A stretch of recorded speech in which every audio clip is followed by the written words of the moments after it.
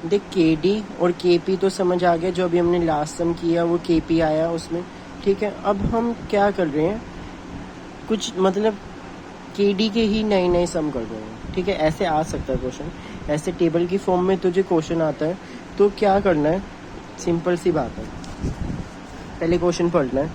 What is the earning per share, ठीक है। ये 12 द इक्विटी तो नहीं देखना, अभी तूने के ही नहीं समझा ना, के को भूल जाएगी। अभी तूने के डी समझा और के पी समझा, ठीक है। डिबेंचर कितने 93.75 के। What is the earning per share, earning per share कैसे निकालते हैं, EPS equal to profit after tax number of equity shares, ठीक है। ये सिर्फ उसमें निकाला, एक तरह से अर्निंग EPS पूछ लिया उसने। EPS कैसे निकालते हैं, profit after tax upon number of equity share, ठीक है। 54 लाख है प्रॉफिट आफ्टर टैक्स, ये रहा, ठीक है। 54 लाख इसलिए बोल रहा हूँ क्योंकि यहाँ पे लैक्स लिखा है, ठीक है। 54 लैक्स आ गया।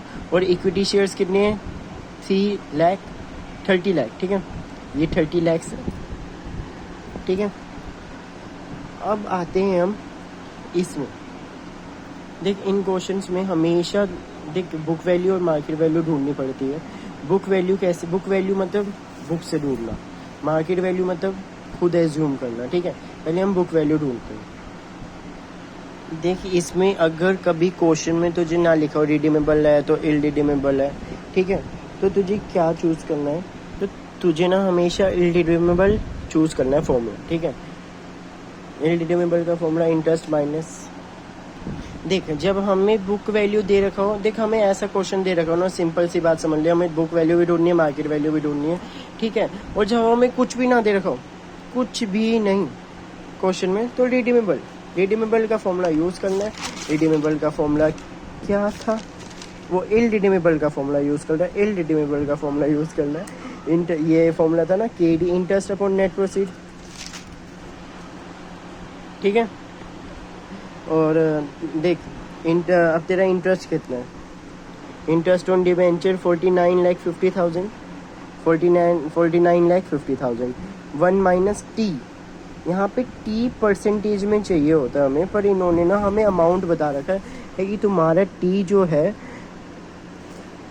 तुम्हारा टी, एक सेकेंड होल्ड कर, तुम्हारा टी है, टी टैक्स 54 है, ठीक है। तुम्हारा टी कितना 54 है, ठीक है। 54 किस में लगा, 108 में, ठीक है। तो 54 डिवाइड बाय 108 इंटू 150, ये टैक्स की टेक्निक होती है। 54 लाख अपॉन 108, 50% आएगा, ठीक है। ऐसे यहाँ पे 50 लिखेगी upon net proceed, net proceed मतलब डिबेंचर्स कितने में इशू हुए, 3,30,000 में, ठीक है। ये हो गया 7.5 आ गया। अब आते हैं हम मार्केट वैल्यू में। मार्केट वैल्यू क्या कहती है, मार्केट वैल्यू कहती है कि हमें नहीं पता डिबेंचर कितने के थे, ठीक है, मतलब कितने डिबेंचर थे, कितने डिबेंचर नहीं थे। तो हमारे पास एज्यूम करेंगे हम 100 डिबेंचर थे, 3,33 लाख डिवाइड बाय 100 क्यों किया हमने, क्योंकि 33 लाख डिवाइड बाय 100 हमने इसलिए किया कि एक डिबेंचर की वैल्यू कितनी है, एक डिबेंचर की वैल्यू इतनी है, इसको हम इनटू करेंगे, ये दे रखा ना डिबेंचर पर 9375, ये है मार्केट वैल्यू की वैल्यू, 9375 से मल्टीप्लाई किया तो ये आया। ये हम मार्केट वैल्यू में ना क्या फाइंड करते हैं, नेट प्रोसीड फाइंड करते हैं, ठीक है। ये रहा नेट प्रोसीड आगे हमारा, और सब कुछ सेम, ऊपर वाला सब सेम है, बस नेट प्रोसीड चेंज होएगा। नीचे वाला मार्केट वैल्यू में हम एज्यूम करेंगे डिबेंचर्स को, फिर उसके बाद डिवाइड बाय करेंगे, फिर उसको मल्टीप्लाई करेंगे जो वैल्यू दे रखी होएगी, देन हमारा ये आंसर निकल आएगा, ठीक है। वो वाला सम समझ आया, ठीक है। अभी हमने कुछ बस डिबेंचर किया और प्रेफरेंस का एक सम किया और डिबेंचर का एक और सम किया मुश्किल वाला, ठीक है। अब आते हैं हम दिस सम, ठीक है। इक्विटी ये है, रिजर्व्स ये है, 14% डिबेंचर ये है। At the end of the company dividend 22% देती है, एंड द डिविडेंड ये देती है।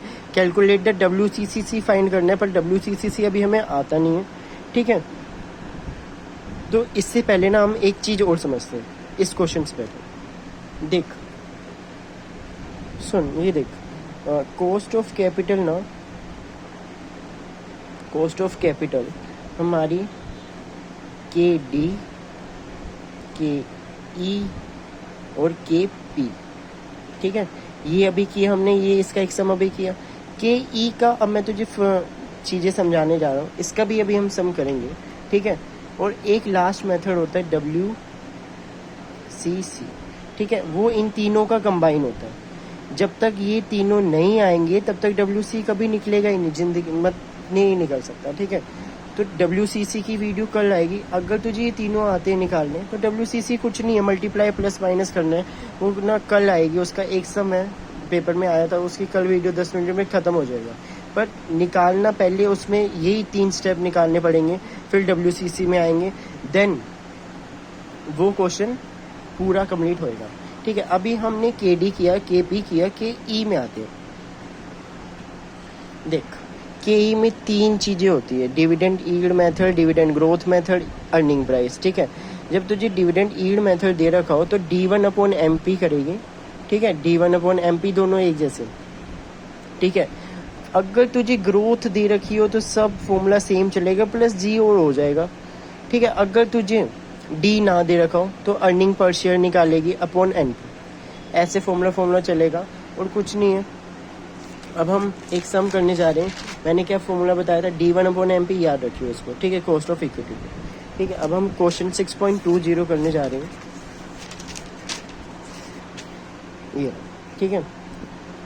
इसमें पूछ रखा है कि आप ये देख, यहाँ पे कहीं पे प्रेफरेंस का जिक्र है नहीं ना, डिवेंचर दे रखे, इक्विटी दे रखा है, तो हम पहले KD निकालेंगे और कहीं पे ये भी नहीं बता रखा क्या है क्या नहीं, ठीक है।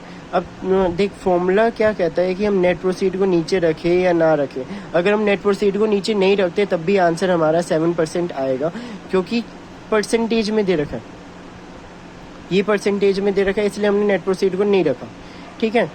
अब ठीक है, और ये देखो 1 - T, T 0 यहाँ पे दे रखा है 50%, 1 - T, ठीक है, 14%, ये रहा आंसर निकल गया।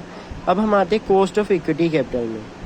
कॉस्ट ऑफ इक्विटी कैपिटल का फॉर्मूला क्या था, D1/MP, इनके हिसाब से नहीं चलना, D1/MP प्लस G क्यों, क्योंकि इन्होंने ग्रोथ रेट भी दे रखा है। देख 2.2, अब देख हमने फॉर्मूला इक्विटी का क्या किया था, D1/MP, यहाँ पे P0 लिखा है, इनकी नहीं सुननी, हमें MP लेकर चलना है। मार्केट प्राइस कितना है, 80 पर शेयर है, ठीक है। D1 2.2 कैसे आया, बिकॉज 21 शेयर कितने का, 10 ईच मतलब 22%, 2.2 हो जाएगा। अगर ये 100% होता तो 0.22 हो जाएगा, 1000% होता तो 0.22 होता। अगर ये 10 रुपीज़ का है तो फिर 22%, तो डिविडेंड कितना हुआ, मतलब तो एक तरह से ये समझ 22% डिविडेंड है, 10 रुपये में 22%, 2.2, ठीक है। 2.2 डिवाइड बाई 80, 0.06 कहाँ से आया, ये तेरा ग्रोथ रेट है 0.06, ठीक है, 0.06 ग्रोथ रेट आया, तो ये आंसर आ गया, ठीक। WCC ये नहीं है, WCC एक बड़ा सा टेबल बनता है, वो है, ठीक है। अब हमने क्या किया, ये कर लिया, इक्विटी का हमने ये वाला फॉर्मूला कर लिया, G वाला, ठीक है। सिंपल, अगर जहाँ पे ग्रोथ ना दे रखी हो तो वहाँ पे D1 और MP वाला चलेगा। तो अब इस टाइम तक हमने क्या डन कर लिया, KD डन कर दिया, KE डन कर दिया, KP डन कर दिया। WCC इन सब का टोटल है, वो बस तुझे थोड़ा टाइम दे, कल तक मम्मी मेरी वीडियो बना के भेज देगी, और बस यूनिट 4 की मैं रात तक पूरी भेज दूँगा, ठीक है। और तो कोई चैप्टर रहा नहीं, ठीक है। इसमें WCC कुछ नहीं, अगर तुझे ये तीनों फाइंड करने आते हैं तो देख, एक सम है वो थोड़ा मम्मी समझाए, मुझे नहीं आ रहा, समझ में ही नहीं आ रहा। WCC में देख, ये हम वो लिखते हैं वैल्यू, वेट लिखेंगे, इसको मल्टीप्लाई करेंगे, ये आंसर निकलेगा, बस ऐसे है। 10 मिनट की वीडियो में ख़त्म हो जाएगा, वो कुछ नहीं। अगर तुझे ये चारों चीज़ें निकालने आती हैं तो सब ठीक है, ठीक है। अब आजा, KD में 2 चीज़ें होती हैं, रिडीमेबल और इलरिडीमेबल, और KP में भी 2 चीज़ें होती है, बस उसमें डिविडेंड आ जाता है, ठीक है। और इक्विटी में 3 फॉर्मूले चलते हैं, बस काम ख़त्म। ये कॉस्ट ऑफ कैपिटल पर WCC रह गया और सब ख़त्म। और कुछ डाउट है मुझे कोई?